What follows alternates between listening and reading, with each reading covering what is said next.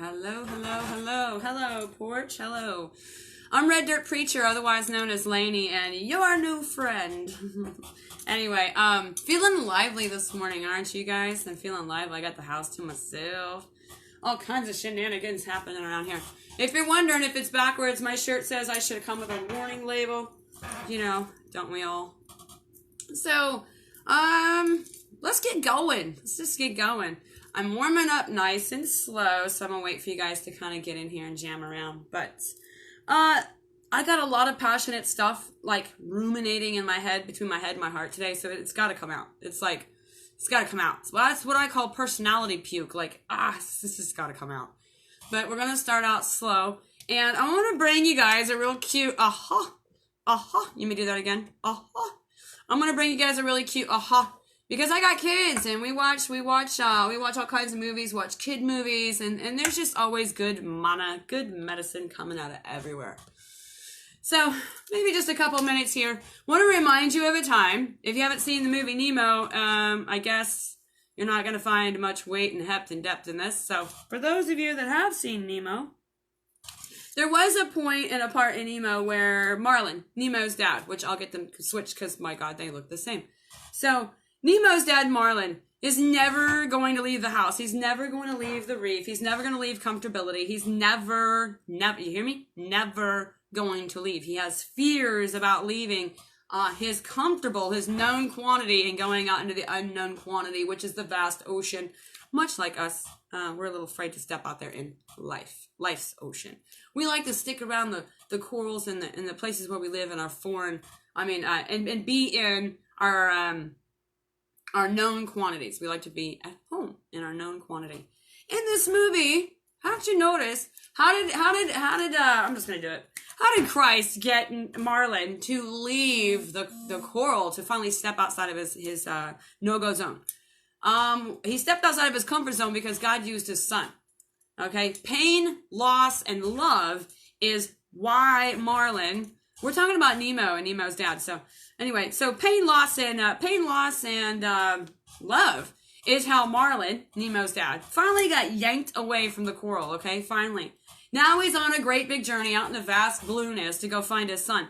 You guys, I think the Lord has definitely used pain, loss, and love to pull us out of our coral reefs too, out of our known quantities, and push us into foreign lands, to push us into things we never thought we were doing. In Marlin's case, he never thought that he'd be at a shark AA meeting. Okay? Didn't have that on his bingo card.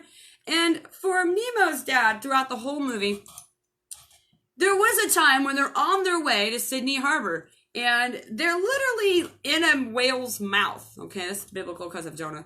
But they're in a whale's mouth. And you have Dory, who is like, be like a child. Dory lives in the moment. She forgets the past. She forgets that you just heard her. She's that of a child. So you have the mind of that of a child at that scene where they're in the whale's mouth.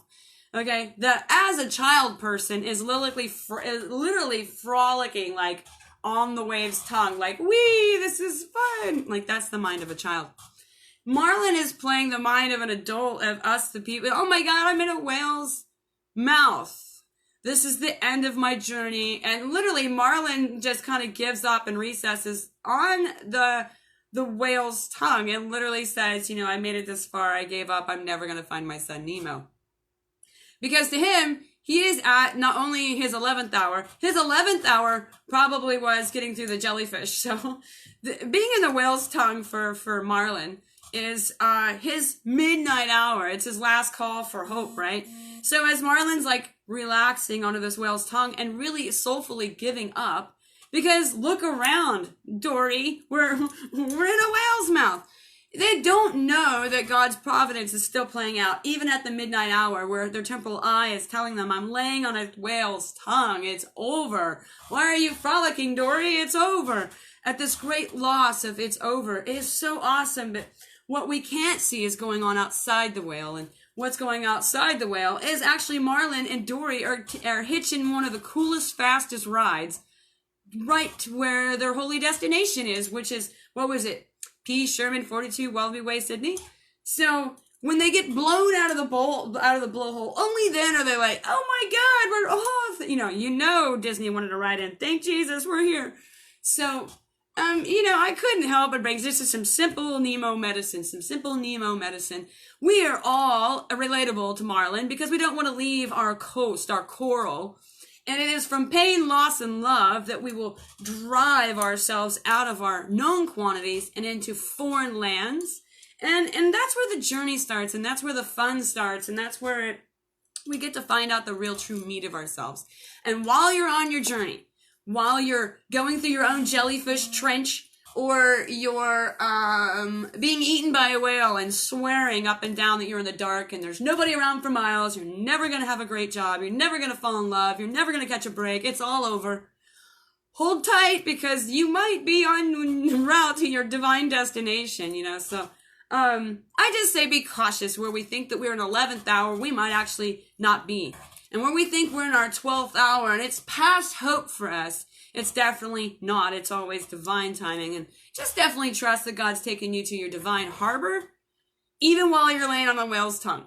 All right, so that's that. And I was just getting revved up. I got a lot of passionate stuff to bring to you guys today. And I look forward to hearing from you guys as always.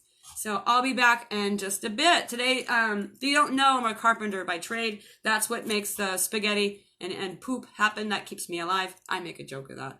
We all have to eat spaghetti and poop. So what do? Well, I do this for a job, but here's my passion. You know what I mean? So a lot of you know that I'm a carpenter by profession, and I'm usually out in Georgia building porches and docks. And I kind of switch that and offset it between physical days of mathematics and hardback labor. And then when, I slide it a couple days a week for in-house labor, which is spiritual work. And I'm also building the porch here without the hammer and the square. So there's a little bit of me. I'll see you guys in a little bit. I look forward to seeing you then. So have a great Saturday afternoon.